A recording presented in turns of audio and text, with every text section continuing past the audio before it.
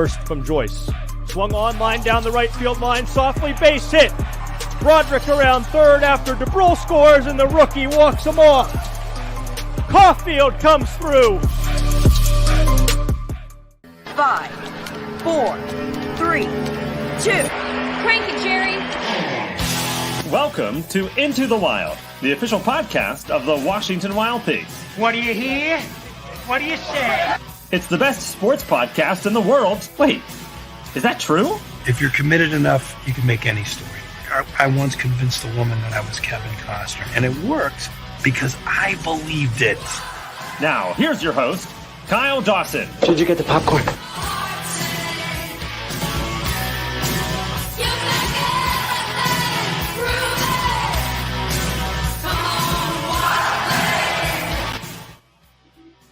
This is March, and boy, are we getting close to the 2024 Washington Wild Things season, the 22nd of Wild Things baseball in the MLB-partnered Frontier League, the largest and longest-running independent baseball league in the country. This is Into the Wild, the official podcast of the Washington Wild Things, and we've reached episode 3 of the pod. I'm Vice President of Baseball Operations and play-by-play voice of the Wild Things, Kyle Dawson, with you to have some more fun. Hardy, good morning, good afternoon, good evening to our friends who are tuned in to the podcast today, and welcome back, or welcome for the first time if you missed our first 2 episodes. If you did, you can always go back and watch those episodes on any podcast platform that you may be listening to or watching on, cataloged and archived on Spotify, Apple, Amazon Music, and much more, including YouTube and iHeart as well. That is where we are available, and video on the YouTube page, of course, as well. Appreciate you tuning in. Later in this episode, we'll go over some small notes with big dates coming up as we get ready for the 2024 season. But first, we're joined by Pittsburgh Penguin, 2-time Stanley Cup champion and current analyst of the Penguins for Sportsnet Pittsburgh, Jay Caufield, as well as his nephew and current Wild Things infielder, Tommy Caufield. Jay, a right winger during his hockey playing career, which had stops in the junior hockey for the Milton Flyers of the OHAB, a stop at Hibbing Community College, a run with the University of North Dakota, where he also played football, and then the Rangers organization, the Minnesota North Stars organization, and then, of course, the Pittsburgh Penguins, where he played most of 5 seasons, including the 1991 and 92 Stanley Cup winning rosters. Tommy Caufield arrived in Washington in June of 2023, made his professional debut June 14th against the Ottawa Titans, had a couple of big moments as a rookie, including walking off the Schaumburg Boomers July 2nd with an RBI double down the right field line. First from Joyce. Swung on, line down the right field line, softly base hit. Broderick around third after DeBrule scores, and the rookie walks him off. Caufield comes through, and the Wild Things walk off the Boomers. In all last season, Caufield, a Westchester, PA native, hit .245 with 26 runs batted in and 3 homers to go along with 13 doubles and 2 triples in 49 games. Tommy had stops in college at North Carolina, UNC Charlotte, and Millersville, where he enjoyed his most success in the collegiate game. Caufield, a D2 CCA All-America second-team selection, NCBWA All-America third-team selection, and ABCA All-America third-team selection in 2022 with Millersville. Also, Region Player of the Year that year, Region First Team, PSAC East Athlete of the Year, and East First Team that season. He set the Millersville single-season records for homers with 16, extra base hits with 40, and total bases with 155, while driving in 78 runs to lead the PSAC in 2023. He slashed .341, .432, .616 with 24 doubles, 10 home runs, and 54 RBI before coming to Washington, and of course is set to return here in 2024. Now on Into the Wild, our chat with Tommy and Jay Caufield. Our guests for episode 3, Tommy and Jay Caufield. You'll know Tommy's name. You probably know Jay's name too if you're from the Pittsburgh area and around Washington. Jay, a former Pittsburgh Penguin player, member of the Stanley Cup championship teams in the 90s, also current analyst for Sportsnet Pittsburgh, among the other names that Sportsnet Pittsburgh has had. And Tommy, current Washington Wild Thing, entering his second season with the ball club here in 2024. Guys, thanks for jumping on. Appreciate it. Want to start with Jay. How interesting is it to watch your nephew kind of get into the pro ball game and kind of follow a little bit in your footsteps in terms of being a professional athlete? Yeah, I think it's outstanding. I mean, they had a chance to watch him play. We went to a number of games, and first of all, it's a great experience to go to a Wild Things game. I mean, the atmosphere, everything that goes with it is outstanding. I think I can appreciate the hard work that goes in what every athlete has to do to be there and play whatever level you're at, that you start at, that you have to work yourself up out of. And to see Thomas be a part of that and what he's doing and what he did through his high school and all the amateur stuff that he had done, and then college, it's great to see him get rewarded and get an opportunity and with the Wild Things. So we've really enjoyed it and very happy for him. Tommy, kind of going along the same lines there. Obviously, you grew up knowing what Uncle Jay did with the Penguins and as a professional athlete. I mean, granted, every kid kind of has that dream to be a pro athlete, but what was your kind of upbringing into professional baseball and into the game? Yeah, I mean, I guess the upbringing to my game was definitely my dad. I mean, growing up watching him play at right down the street. I mean, literally 3 minutes down the street in the Westchester Adult Baseball League. I grew up going to those games. I think that's really where my love for the game kind of grew.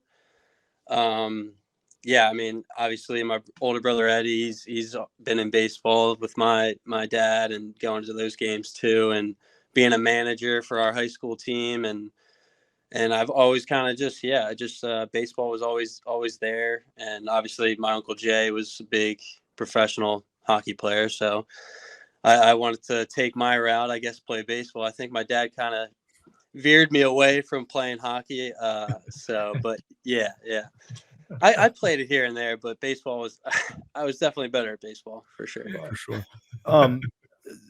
Well, I want to hear more about that. Then, if your dad's shying you away from hockey, what is it? The hits? Is it the physicality? What was it? I mean, I guess it was just the I don't know, honestly. I Probably more the availability, right, Tom? It's probably that too. Yeah. Yeah, like we watched Tom play basketball too in high school, and I think when guys had that ability to play multiple sports and very good at it, his dad was good at a number of sports as well. We grew up in the football, baseball world, when we were kids in Philly, outside of Philly. So that's what we grew up with. And I think probably hockey is such a tough thing. But now, as we all know, hockey across Pennsylvania has been outstanding and how it's grown. And probably just the availability to get on an ice surface and things like that. That might have been a part of it to throw Tom towards playing baseball, but I think he would have been an outstanding hockey player too. He's a great mentality for it. Yeah, me and my friends were big on playing roller hockey and some concrete rinks, but that's about it. Yeah. The farthest I'd ever made it would have been we played street hockey as kids out in the cul-de-sac, or played a little deck hockey. I was not very good. I had a decent. I didn't mind the hits though. That's kind of, I don't know. I didn't mind the physicality part. Yeah, I don't think knowing what I know of you, I don't think you would have minded that at all. Let's Jay, I want to jump back with you and kind of go over the same process. Obviously a different time era in terms of coming up in sports, but you made your way up through the amateur ranks, played a couple seasons before you got to the Penguins. Kind of just take us through your journey up to the Penguins and the NHL. Yeah, mine was such a different route, but he said, hey, basically Tom's father, my brother, he's the one that really got our hockey program started in high school. We started a high school program, and as we all know, there was few and far between. We grew up starting to do that, and I went off and went up to play a year junior in Canada. Then I went to school. I knew I needed to go to college, so I ended up playing in Minnesota first, in Hibbing, Minnesota, junior college, and then played football as well. And I got a scholarship to play football, and I went to the University of North Dakota because they would give me a chance to skate as well, where other schools like the University of Minnesota, that wouldn't have happened, but North Dakota did. I went there on a full ride for football, and how it ended up happening with injuries, whatever I had, I ended up not able to play football anymore and went into the game of hockey, where North Dakota really really owe them a lot. They honored the idea, let me try and skate, and I did that. I just went and skated and graduated, and next thing you know, I was skating with pro players in the summertime. That's why I appreciate the hard work that everybody's doing at every level of the game. But I skated with all the pro players the summer I graduated, and next thing you know, I get a call to be a free agent for a free agent tryout in New York with the New York Rangers. And Craig Patrick was the general manager. I went out there for a couple of weeks, and they ended up signing me to my first professional contract after a couple of weeks of camp. So I can appreciate what goes into it to be at any level, to maintain it, to stay there, to be successful at it. And that's how I evolved. So from New York, ended up for 2 seasons with Minnesota North Stars organization. Then I got picked up by the Pittsburgh Penguins, and it was perfect timing, right? So they didn't make the playoffs the year before I came here, and it was 1988. So had 1 year where we were in the playoffs, they didn't make it. Then the Stanley Cups came after that. So it was perfect timing, great to be a part of it. But you realize how, you got to keep doing all the work to maintain, just to be there and try and improve and get it. And I watch it. That's why I truly enjoy watching the Wild Things games, because you realize how each guy, each player know what Tom's going through, what you got to put into it. Even yourself, the work that goes in to have that all run and make things happen at the building and the stadium. There's a lot to it. So I apply that from what you do business-wise to sports-wise. And that's how I went about mine. But my time in Pittsburgh was outstanding. We've stayed here. Yeah. My wife, she's an attorney, CPA. We run our businesses out of here. We have our 2 girls that grew up here. Love the city, love the area, and glad I'm still in the state of Pennsylvania because I've really enjoyed it.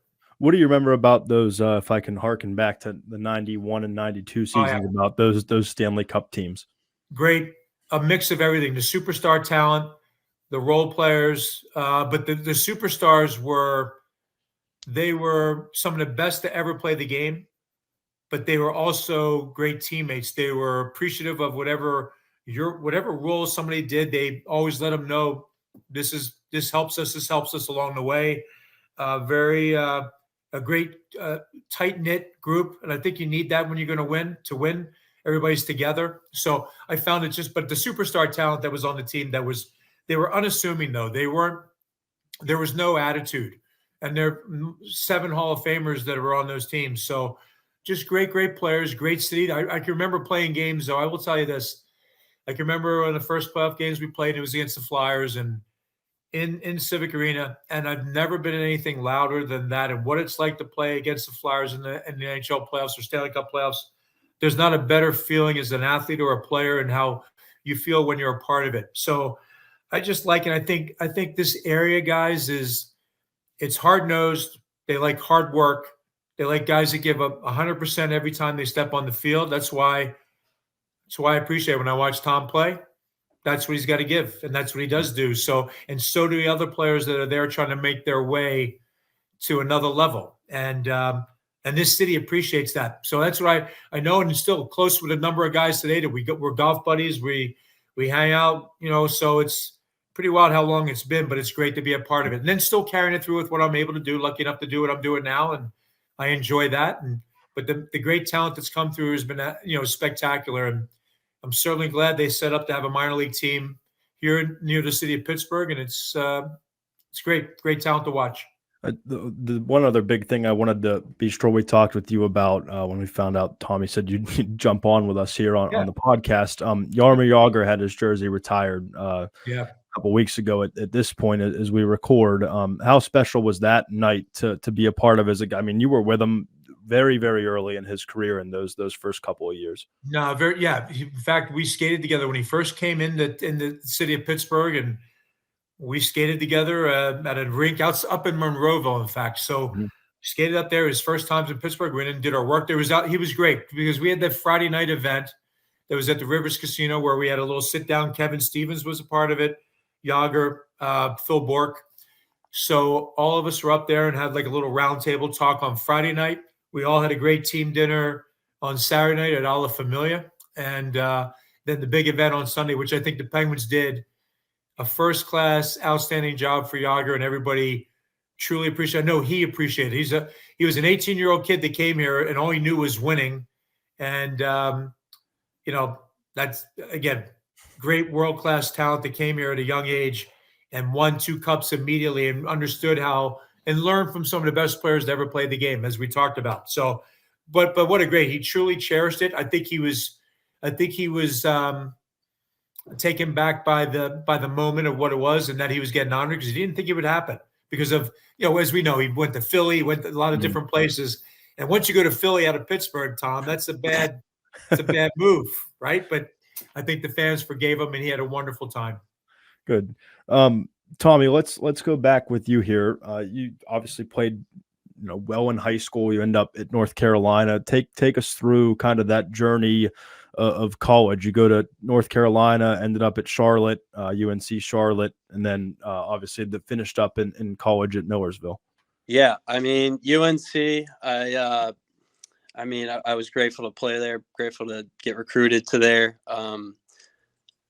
Any high schooler, I think, might, all the schools that have recruited me, you might want to take the best one, I think, and what could bring you to the next level. I thought UNC was great, and I wanted to go there and get better and learn from all the players, the coaches, and stuff like that. And I'm not going to say, because I transferred, it wasn't the right decision. It obviously was the right decision for me. I wanted to go there, and I wanted to play there.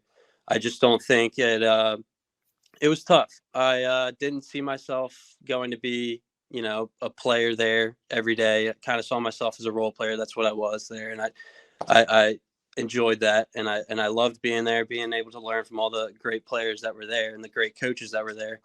Being Mike Fox, he was great. Coach Forbes, Coach Weirs were all great.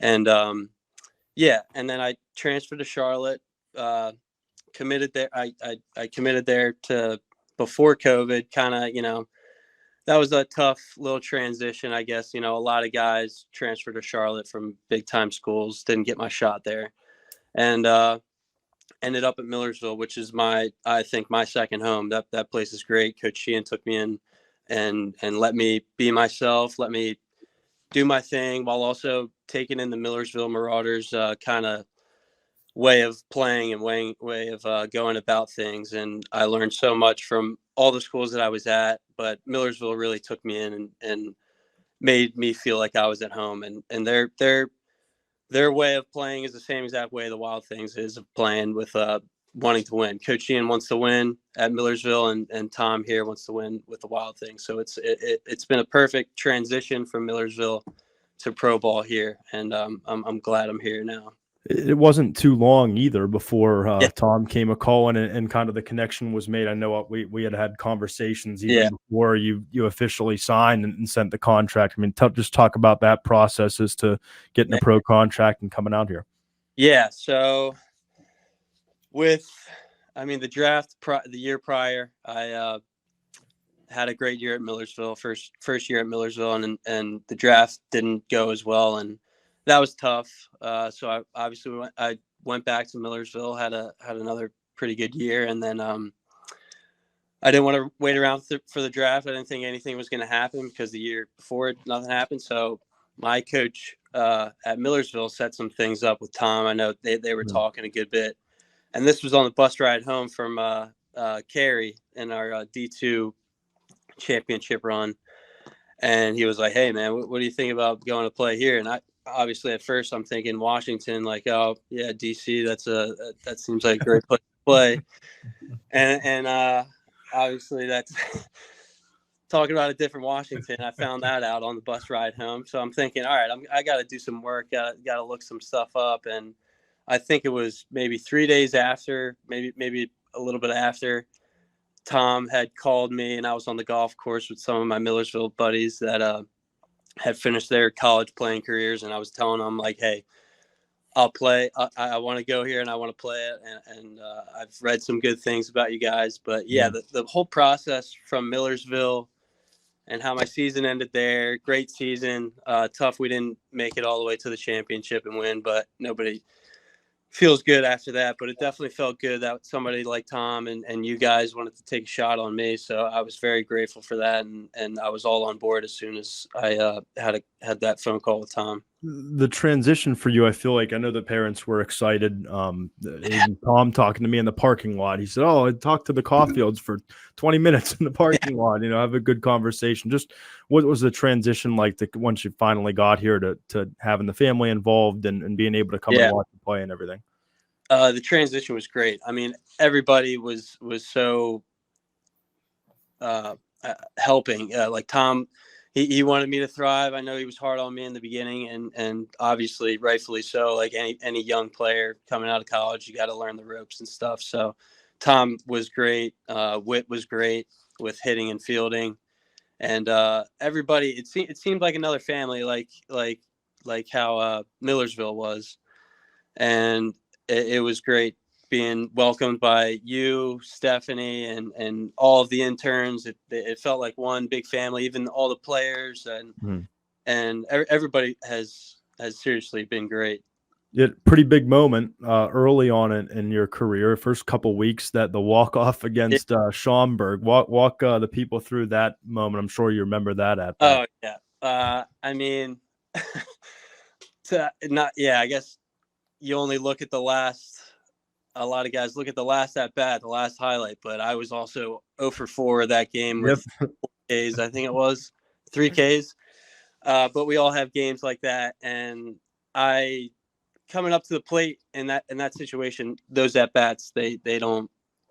I never taken a previous at bat into my next, and those situations, I love being in those situations, the clutch moments, wanted to end games, wanted to put our team ahead, and whatever inning it is, I love those moments. So any player that wants to win is putting their past at bats away and just focusing on the moment and wanting to win for the team. So I mean that was a really cool experience.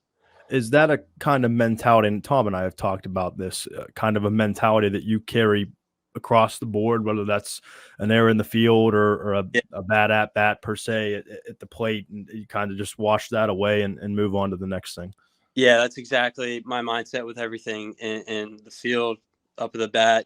Even on the bases, making a mistake, I always want to learn from anybody that's willing to tell me. But yeah, that's kind of my mindset. It's just kind of moving on from the next. Even great at bats, you don't want to think about those. Like, oh, going into this at bat, you want to focus on your approach and your swing and everything. Jay, I'm curious. I know you were down here a couple times to watch the team. I'm curious as to Tommy's parents' reaction and kind of what their mindset is, and yours and the family sitting in the stands just watching things happen.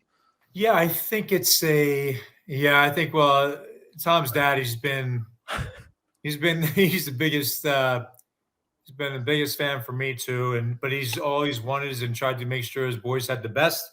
And I think being in the stands with him, Ed kind of does his own thing. Tom's dad, Ed, he just he kind of makes himself friendly with everybody that's around the building. Before you know it, he knows everybody, and you're getting a beer handed to you here and there. I think it's a great, honest to God, I think I walk up and you meet every guard, and right, Yeah. Tom? I mean, so Alicia and I, my wife Alicia and I, we're up there with our daughters, and as I said before, I think it's a wonderful experience. But I think to see your parent, to watch your son or daughter play a sport professionally and they make it to this level, which is, there's no easy ride, there's no easy ticket. It's hard. It's tough. It's a tough business. And I think when you get there and you're on the field to watch you play, I'm sure the joy from his mom and dad, and I know his dad especially, very proud.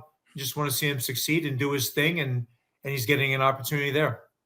I know. I was telling people earlier, I don't know that I've ever met Ed, and I said I think I've seen Jay down there a couple times. Yeah. I don't make it out of my hole very, very often, but Right.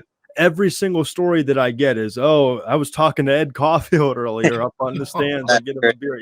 I think that's exactly the thing that I've heard, is that he just befriends everybody, and now everybody on the staff knows him, and other fans are always talking about him. And he has been that way his whole life, right? I mean, so there's no airs about what he just goes around. He's personable that way, and he just does it. And I think he just and really enjoys watching the game, watching to see what's happening. Even if Tom's if it was out of lineup or in a lineup or whatever. Or when you're in baseball is a different sport anyway versus hockey or football. You have an at bat or you're in the field and you're waiting. I think he appreciates talent. He appreciates when he sees great talent. And as I said before, there's a lot that goes into it to get to that position. So loves the game. And Thomas is taken up right up from there. And his brother Casey, playing at Monmouth. I mean, they all feel the same way. And as we talked about, Eddie, Thomas's older brother, they've all been involved in it. It's all because of their dad. For sure. I want to talk about, and maybe this is going a little deeper than maybe either of you expected. I want to know about young Tommy and what he was like growing up. If either of you can paint a picture. Oh, man.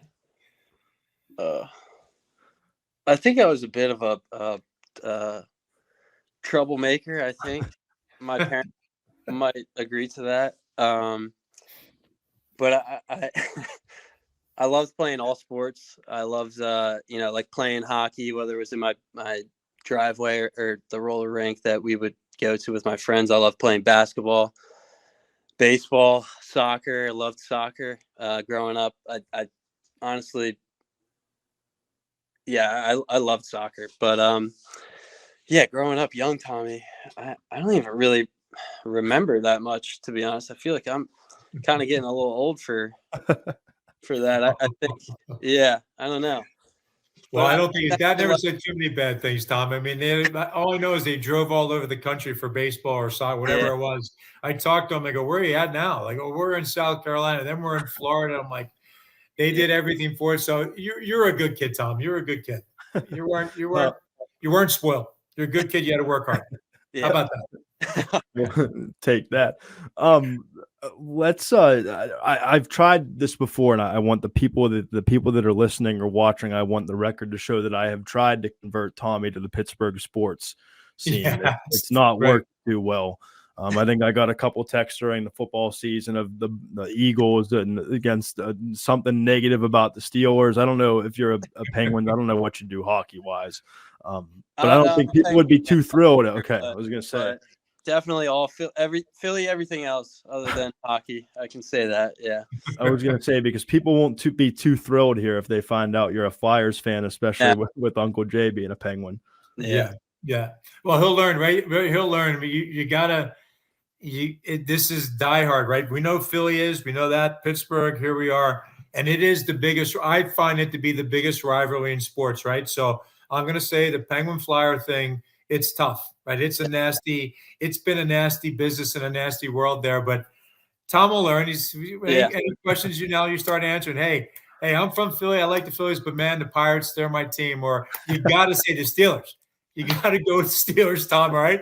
You got to do that while you're here in town. And certainly we know he's Penguin. We know he's only going to be Penguins for us. Yeah. Well, that's good, because the Steelers are a must here. There's no ifs, ands, or buts about it in Pittsburgh. If you're a football fan and not a Steeler fan, you get ridiculed and bullied over it. Well, I can take that. I'm a fan. I'm sorry. All good, Tom. All good.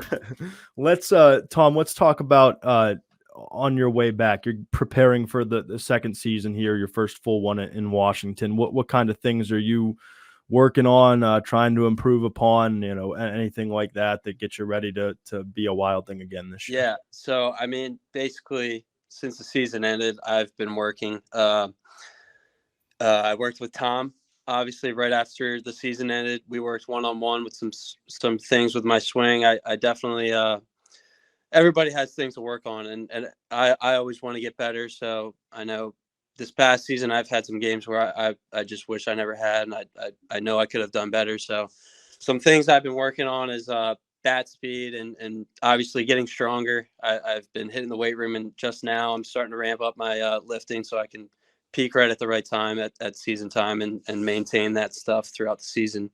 But I've been working on a lot of things with my swing, and a lot of things in the field too. I being a third baseman, that was new to me. So I'm doing all these drills that Wood has given to me, and Tom has trained with me both one-on-one, but taking that stuff and working on that stuff every day while also being a substitute teacher it's been pretty cool. But yeah, so That's my day, is waking up early, getting to school at 7:30, out by 2:15, hitting the gym and working on my game till 7 o'clock at night and getting home and going to sleep. I know my parents and Eddie aren't too fond of that because as soon as I get home, I just want to go to bed. But yeah, that's about it. Yeah, I've been working on a lot of things. I'm really excited, actually. I've had some new things with my swing that I'm just now figuring out. I know a lot of people try to figure out their swing, and some things clicked as of recently. So I'm excited. I'm getting ramped up for it.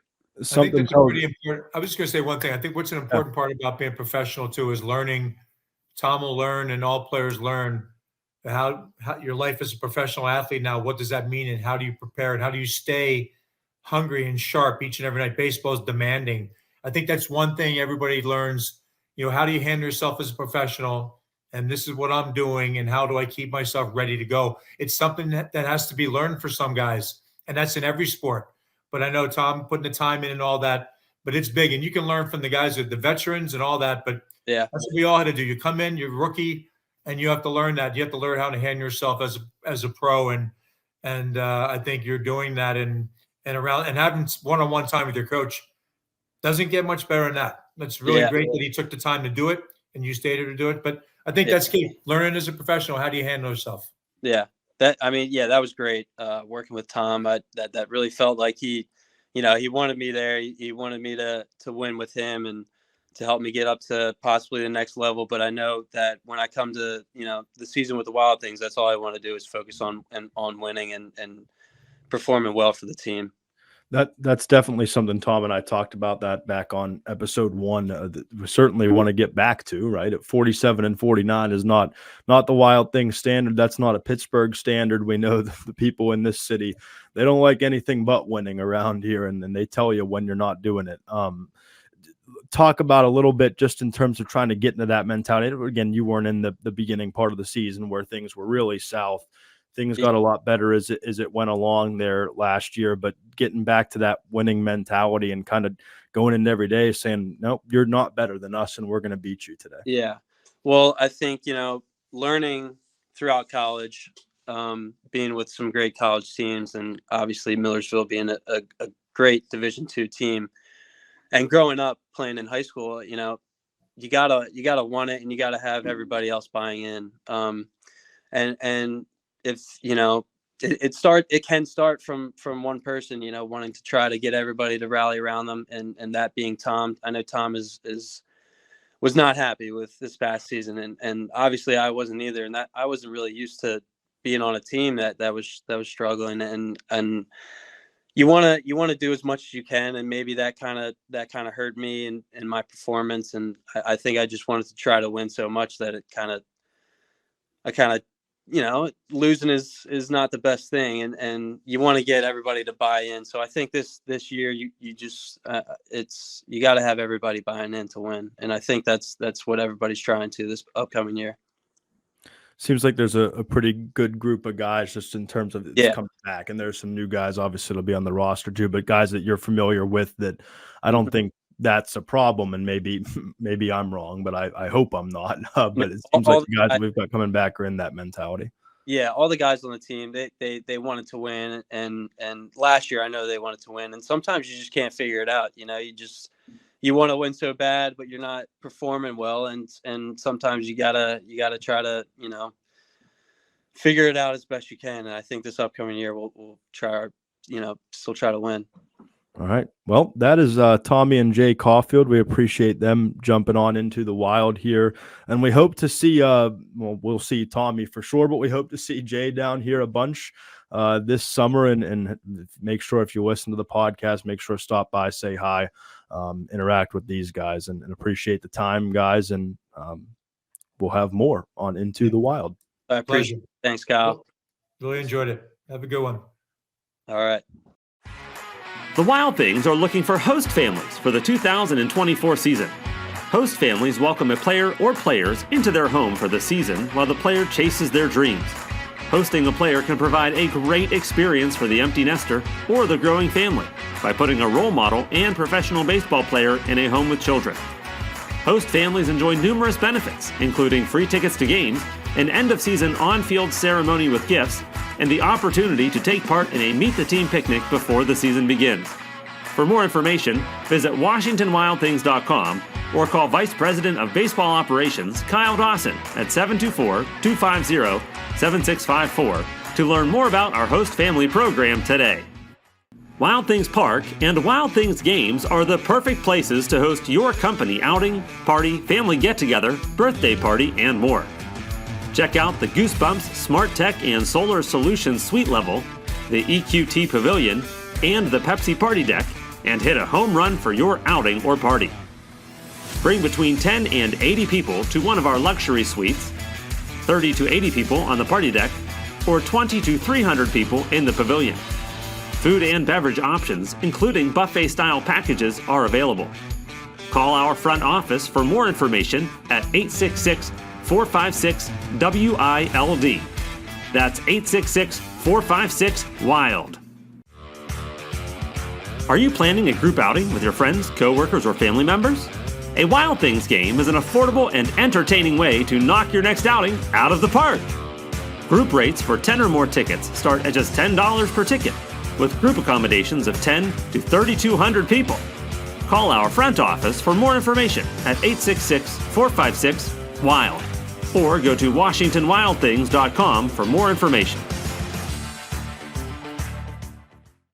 Become a bigger member of the Wild Things by joining our season ticket member family. With plans starting at $150, you can take your fandom to the next level.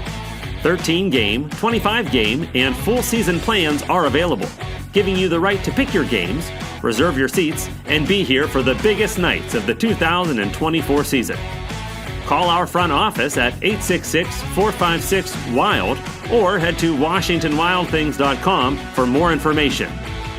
Back on Into the Wild with some quick organizational notes if you're following along and keeping track of the happenings. Since our last episode, our plans for the Kids Membership Program in 2024 were announced. The Kids Membership Program is back, which includes Kids Eat Free Sundays in the schedule. We'll give you in just a second. All kids 12 and under receive a free ticket and a kids meal that is a hot dog, chips, and a drink at every Sunday home game at Wild Things Park. There is a registration form available online. Be sure to point whoever it is, that whether you have kids 12 and under or family has kids 12 and under, or shout it from the streets, because why not? This program is that legit. There is a registration form available online at WashingtonWildThings.com under the community tab with more info there as well. And if you have registered or someone you know has registered their kids for the program in the past couple of seasons since this thing got started here in Washington, you do not have to re-register your children for the program. Only new registers need to be done. The rundown is as follows for Sundays here in the 2024 season. On May 12th, the Schaumburg Boomers in town. A special 1:35 p.m. start time. Gates open at 12:30. It is Prince and Princess Night on the first Sunday of the 2024 season, presented by Cohen Markets with special guest appearances by Elsa, Anna, Christoph, and Olaf. And the first 500 mothers get a single stem flower for Mother's Day. On May 26th, the Gateway Grizzlies come to Wild Things Park that weekend. It is Mascotapalooza presented by Eaton Park with some of the best and most popular mascots in the region in attendance to help celebrate Wild Things' third Mascotapalooza. Also, the first 250 kids through the gates that day receive a Wild Thing and Smiley activity book. I've seen them. They're pretty cool.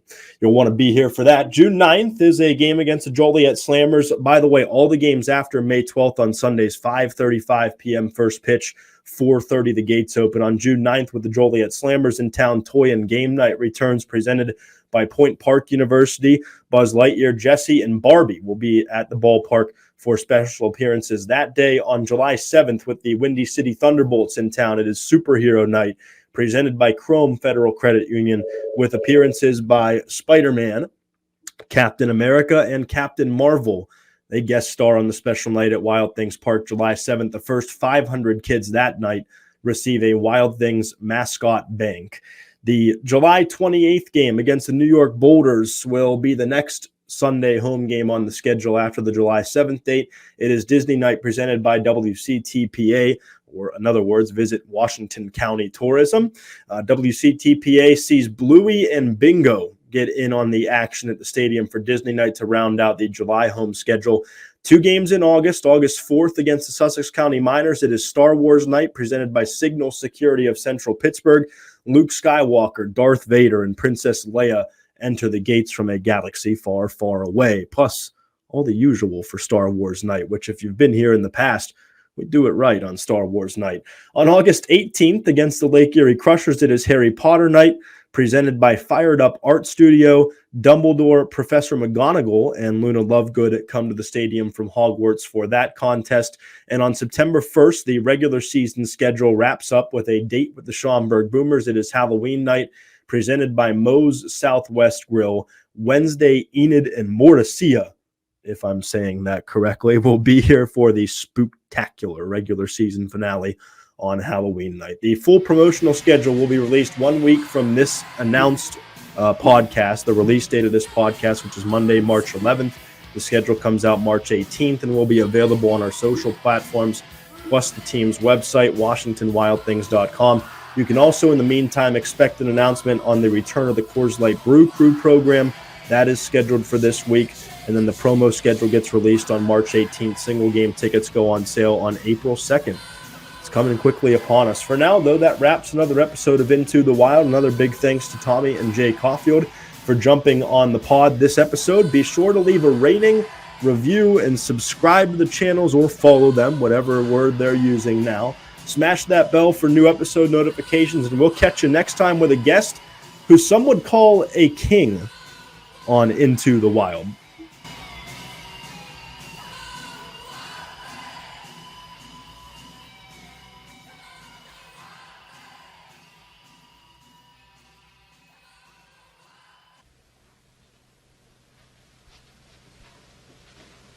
You're still here? It's over. Go home. Go.